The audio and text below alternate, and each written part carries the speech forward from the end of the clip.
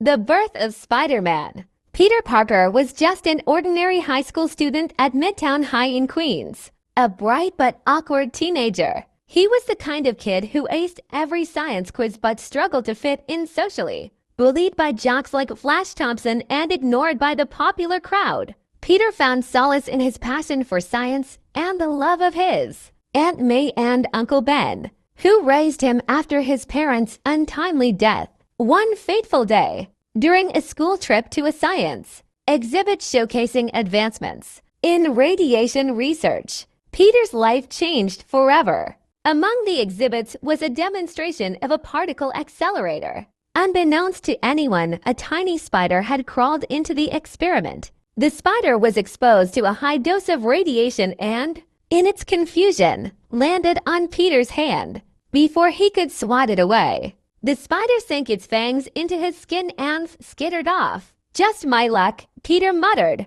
rubbing his hand. He felt dizzy almost immediately and excused himself, stumbling out of the exhibit. By the time he got home, his body felt different, stronger, lighter, and full of energy. That night, Peter noticed something extraordinary. As he reached for a book on a high shelf, his hand stuck to it. Confused, he tried to pull it free, only to realize he could cling to the wall as well. Testing his abilities further, Peter discovered he could climb walls, leap great distances, and, most astonishing of all, sense danger before it happened. His reflexes were faster than ever, and he felt an exhilarating freedom when he tested his newfound strength.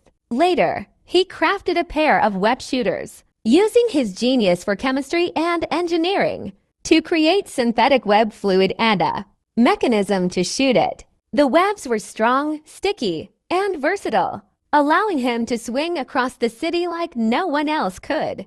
At first, Peter saw his powers as a way to escape his mundane life. He entered an underground wrestling competition, using his abilities to dominate the ring and earn quick cash. Adopting a makeshift costume, he called himself the Amazing Spider-Man. But Peter's life took a dark turn when he let a thief escape during one of his shows. "Not my problem," he'd said when the thief dashed past him. Later that night, tragedy struck. Returning home, Peter discovered that Uncle Ben had been shot and killed during a robbery.